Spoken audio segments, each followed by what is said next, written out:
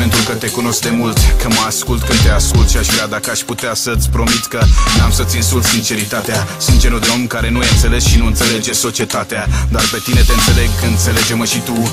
Lângă tine mă simt întreg, nu vreau să neg nimic, nu-ți refuz nici un pupic. Tu parcă mă știi de mic, cu rele și bune, cu toate aturile mele și lacune. Nu știu cum să scriu piesa asta ca nu cumva să sune superficial. Sunt de mult peste nivelul liceal, dar mă simt ca un adolescent și nu vreau să-ți ascund vreun sentiment. În viață trebuie să fii sincer cu tine, eu cred în asta, cred vehement. Poate de aceea scriu târziu noapte, în timp ce tu dormi eu îți scriu șoapte. În fiecare zi în jur de 6-7, ca măcar câteva să aibă șansa să devină fapte.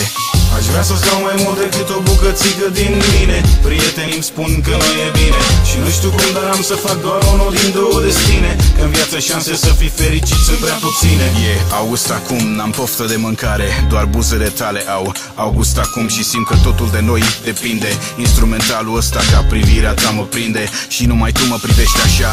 Și recunosc mi-e frică să închid ușa, că știu că mai putea iubi mai mult decât eu m-aș putea feri.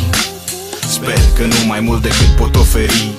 Și nu s-o obișnuit cu fericirea. În capul meu e amăgirea cu care viața mă ademenește, iar cu tine parcă tot crește. De fericire vorbesc și știu că sunt nătâng, că nu am vrut să spun că te iubesc. Acum eu nu-s banchier, dar tot ce am hotărât să investesc în noi, că-i totul mai firesc în doi. Iar lacrimi sper să fie doar stropii de apă de la ploi de vară, când ne adăpostim de cei ce-am fost odinioară. Aș vrea să-ți dau mai mult decât o bucățică din mine. Prietenii îmi spun că nu e bine și nu știu cum, dar am să fac doar unul din două destine. Că în viață șanse să fii fericit sunt prea puține. Aș vrea să-ți dau mai mult decât o bucățică din mine